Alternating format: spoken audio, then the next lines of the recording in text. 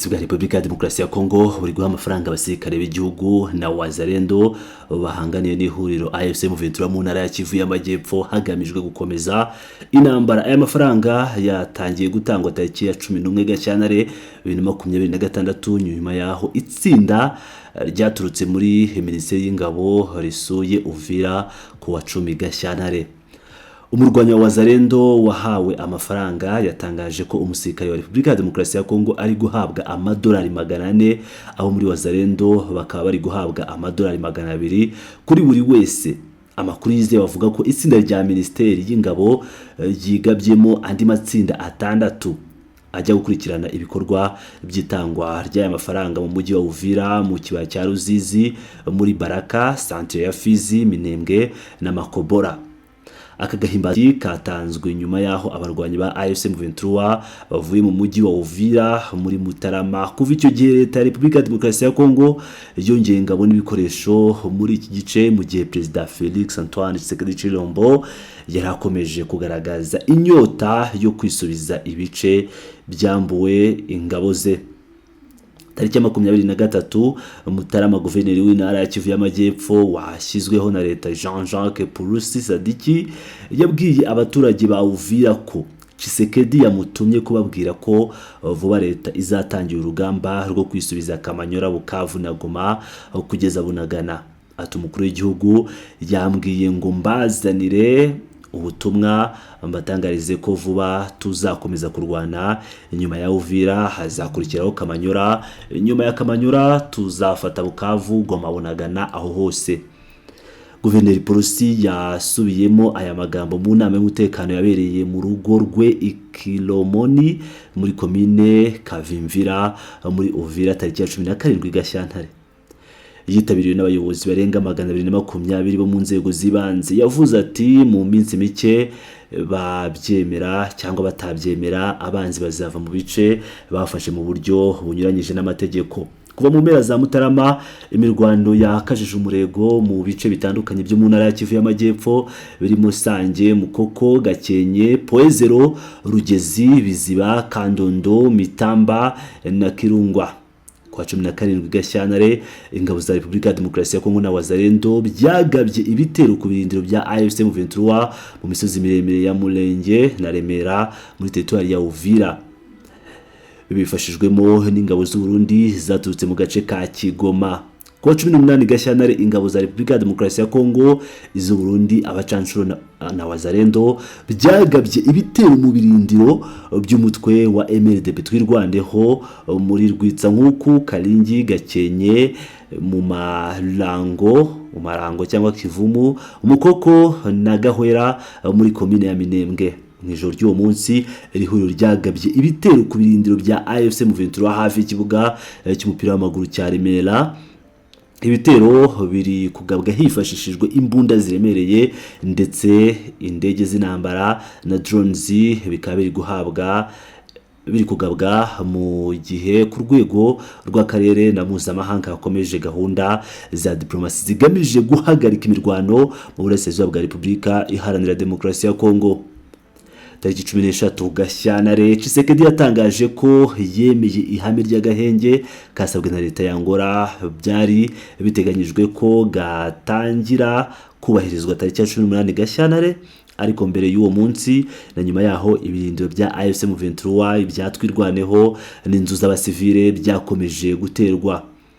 Abasesenguzi mu bya politiki bavuga ko ubu buryo bwa Perezida Felix Tshisekedi bwo gukaza ibitero ku ruhande rumwe no kwerekana ko yiteguye guhagarika imirwano ku rundi bugamije gukomeza imbaraga za leta ya Repubulika ya Demokarasi ya Kongo mbere y'uko haba ibiganiro. Barasaba abahuza bo mu karere no hanze yako kurenga amatangazo gusa, ahubwo bagashyira mu bikorwa ingamba zifatika kugira ngo ubugizi bwa nabi buhagarare mu burasirazuba bwa Repubulika Iharanira Demokarasi ya Kongo. Ngira ngo rero nk'uko mu byiyumvira bidasubirwaho, Repubulika ya Demokarasi ya Kongo yatangiye kunyanyagiza amafaranga akavagari kayo ku baturage, ubwo ndavuga Abazalendo kuko urundi ni ibisambo byabaga mu Mayimayi ndetse n'abandi bahaye intwaro, bakaba ngubu aribo bari kurwana na AFC M23 bafatanyije n'ingabo z'u Burundi FDLR ndetse na FARDC. Uko bimeze rero yatangiye kubanyanyizamo akavagari k'amafaranga nk'uko mubyumvira. aba FARDC abasirikare bari guhabwa amadolari 400 mu gihe abazarendo bari guhabwa amadolari 200. ni ibintu rero bikomeye cyane ku rugamba. ni mu gihe inkuru mbi yaturutse i Burundi, ubwo n'ubundi si Burundi kuko ni muri Republika ya Demokarasi ya Kongo, kuko niho ingabo igice kinini cy'ingabo z'u Burundi ubu ziherereye, aho Kapiteni Ndayishemeze wa FDNB cyangwa ingabo z'u Burundi yishwe na M23 twirwaneho. Uyu Kapiteni Elaste Ndayishemeze wo mu ngabo z'u Burundi FDNB yiciwe mu mirwano yasakiranyije ingabo z'u Burundi imitwe yatwirwaneho na AFC M23. uyu mu officier yishwe kuwa 4 w'iki cyumweru agwa mu gace ka Poiselo communauté ya Fizi ho mu ntara ya Kivu y'Amajyepfo, aho ingabo z'u Burundi zari zagabye igitero n'imirwano. amakuru avuga ko yanakomerekeyemo abandi basirikare 6 b'abarundi. Kapiteni Elaste Ndayishemeze wari ufite imyaka 40 y'amavuko yavukiye muri komine Rutovu ho mu ntara ya Bururi. Yinjiye mu gisirikare cy'u Burundi muri 2010 arangiza amasomo y'aba officier muri 2016. uyu musirikare amakuru avuga ko yarashwe na drone mbere yo koherezwa muri Republika ya Demokarasi ya Kongo. yarasanzwe ari umwarimu wa gisirikare mu kigo cy'ingabo z'u Burundi bo mu mutwe w'abakomando igitega. uyu musirikare bivugwa kandi ko yize igisirikare mu bihugu bya Gabon n'Ubushinwa. ngira ngo rero nkuko mu byiyumvira uyu Kapiteni Ndayishemeze Elaste akaba igihombo gikomeye cyane si Barundi agize, ariko se wenyine upfuye kuko hari n'abariyetona colonel bapfuye ndetse n'abandi ba kapiteni n'abariyetona bakomeje kugenda bagwa kuri urugamba, tutibagiye n'abamajoro bakomeze kugenda bapfa nk'uko twakomeje kugenda tubagezaho amakuru yose ari kuvugwa muri iyi mirwano.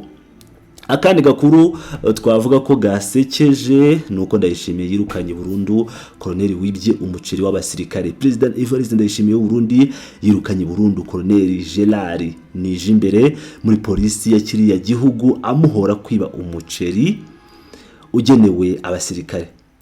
Iteka ryirukana burundu Colonel Nijimbere azira kwiba umuceri ugenewe abasirikare ryasohowe na President Evariste Ndayishimiye kwa 19 Gashyantare 2026. uyu mupolisi yirukanwe muri polisi y'u Burundi nyuma y'iminsi abasirikare b'u Burundi by'umwihariko abo muri batayo ya 11 iri mu mujyi wa Baraka ho mu ntara ya Kivu y'Amajyepfo bataka inzara. Abasirikare bavuga ko mu gihe buri wese aba yemerewe kurya ifunguro ririmo irobo ry'umuceri ku manywa ndetse n'irya kawunga nimugoroba, birangira bahawe 1/2 cyabyo. abo basirikare bashyiraga mu majwi ababakuriye babashinja kubaha ibihano biremereye mu gihe bagaragaje kwinubira ingano y'amafunguro bahabwa, by'umwihariko Colonel witwa Sylvain Kinigi.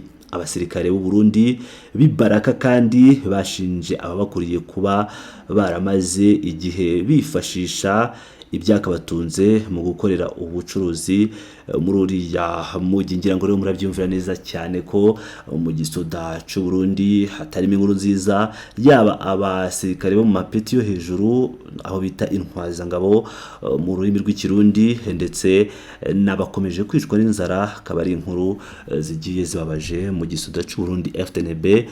Umugaba mukuru w'ikirenga w'izo ngabo akaba nta wundi ari General Neva, mu gihe Prime Niyongabo Somambike wa General Neva akaba ari mugaba w'ingabo z'iki gihugu cya Republika y'u Burundi umazeho imyaka myinshi. Ndabashimiye mukomeze mane nanjye muri abagaciro.